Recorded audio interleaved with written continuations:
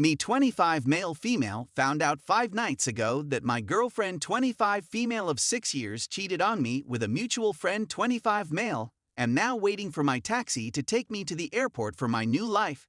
How do I deal with the closure? Sorry, this one is a long one. I work in politics, in the dark smoky room side. And for the past 6 months my GF haven't seen much of each other because of a recent promotion that's been the opportunity of a lifetime. Let's call her HH, and I have been together since university, and to be blunt, she was the love of my life. Sweet, dedicated, fiercely loyal, and my best friend. Together we've done some pretty amazing things, and when I look back on my life highlights, our travels and years together will definitely be on there. H and I have been finding the time away from each other tough. I work from about 6:30 a.m., 11 p.m., tend to be on the phone at weekends. However, she's been really supportive and has continued to tell me to focus on the job for now. We both planned to move to NYC together once I'd completed this job. I know now that it's been a lot harder for H than she let on, and for me I've just desperately missed my partner.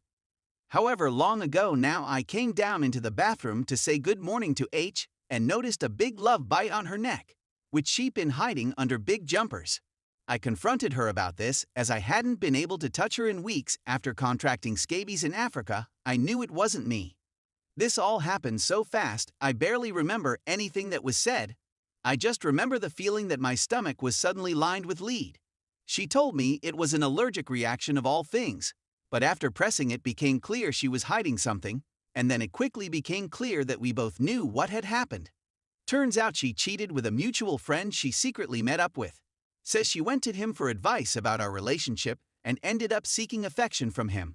She told me, obviously begged for another chance, asked me to marry her, and then eventually left in a taxi to her friend's house with her bags that I packed for her. The house is all mine, we're not married, nothing legal to worry about here.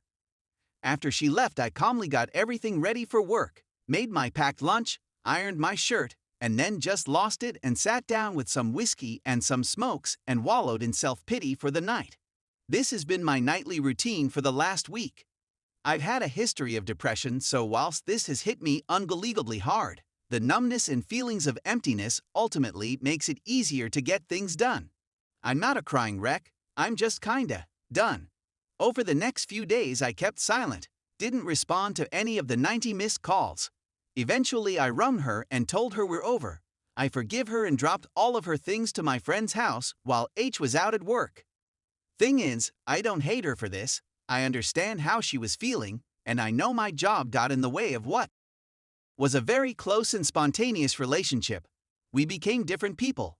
I can forgive her, but we have to be over. I'll never trust her again, and I can't have her in my life anymore. Especially not when it's not even a good idea for me to have a partner while my life's like this.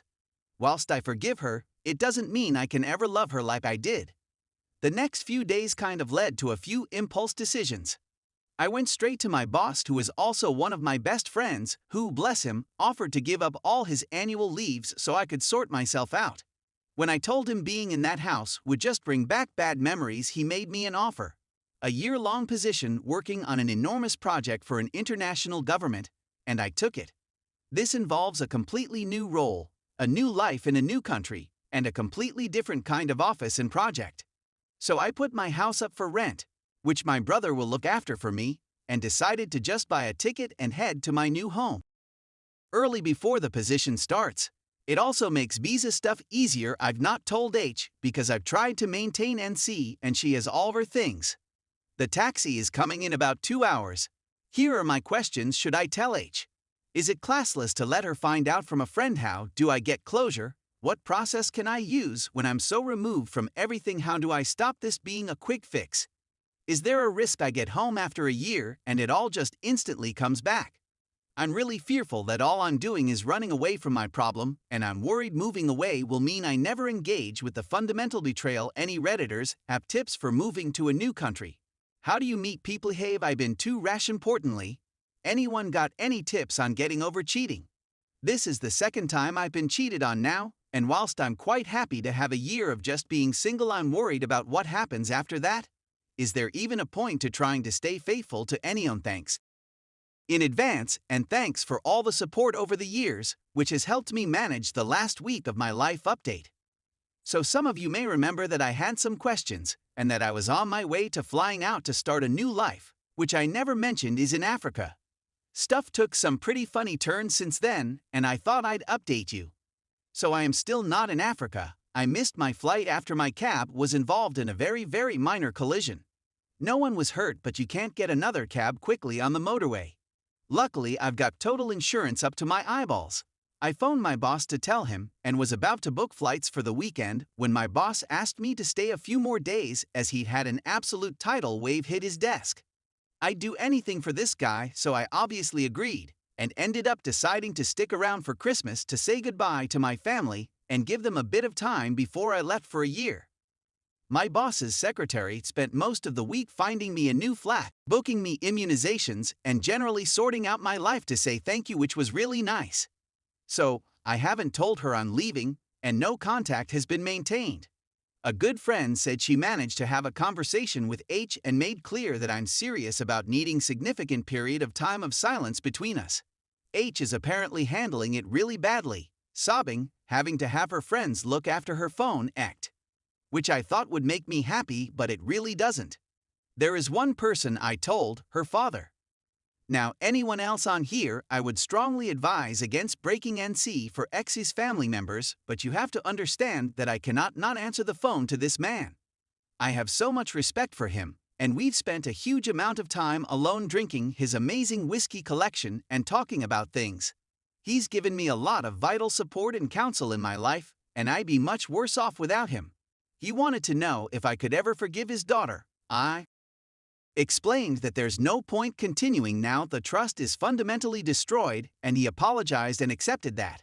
He actually told me I should think about getting myself away for some alone time, and begged me to meet up with him in the city I work in. At this point I told him where I'm going and asked him not to tell H until I'm gone.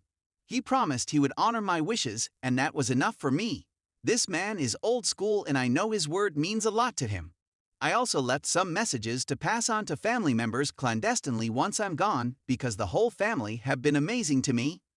My time since has been much smoother than it could have been. I hit the gym a lot, rule 1, and have spent at least 2 hours every night, except Xmas, sparring with my brother.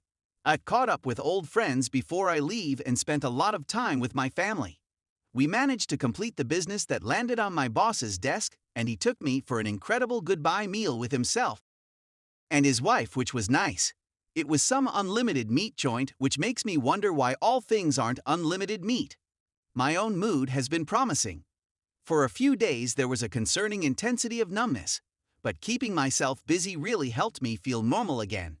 Can't stress enough to everyone out there how important it is to get up and do stuff rather than wallowing. Changes your whole mindset and makes everything so much easier in terms of other plans. I've already signed up to a Muay Thai gym out there and managed to find an old training partner who's working in the same city, so have organized a meet. My plan is to just treat this a bit like a year out at university. Work hard, yeah, but I'm going to get as much out of the experience as I can. I plan to blow all the money I was saving for H's birthday holiday. Thank you to everyone who assured me that there are some people you can trust out there, but I think at least for a while I'm going to have to be single. I'm thinking help because I know that functionally I'll be single for at least plus 1 year, and I don't want distrust to become my default setting.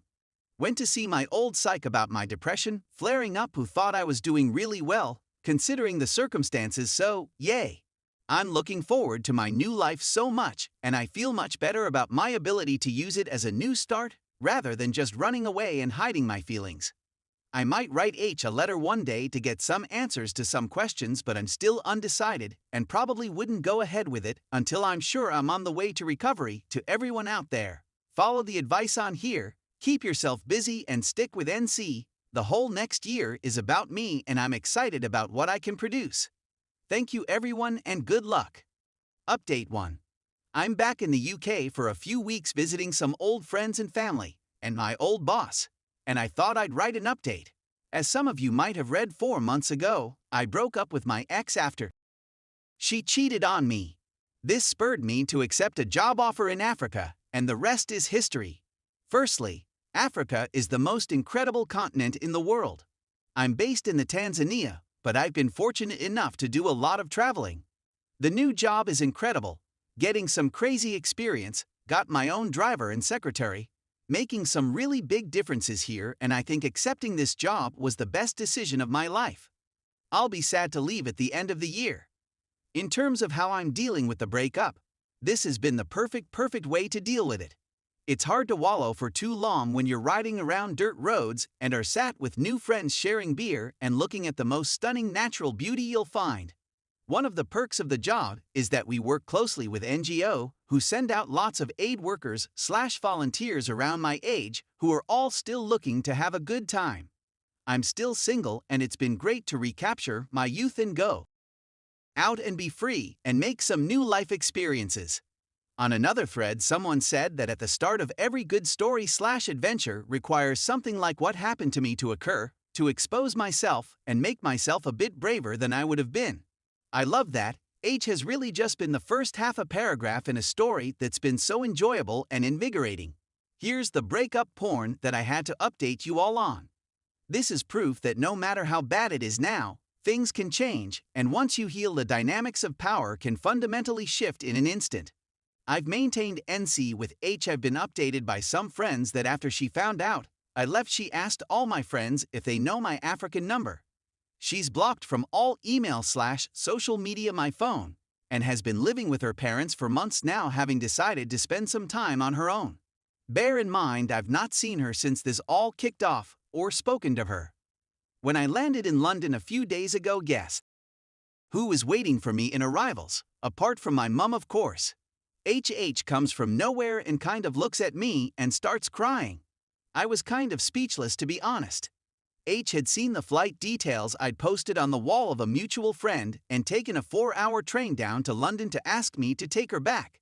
Bear in mind, this entire time my mum is hovering in the background. I told H nothing had changed, thanked her for coming. I was genuinely touched by whatever this display was and gave her some money to get a cab home, partly because she was a wreck, partly to make myself feel superior.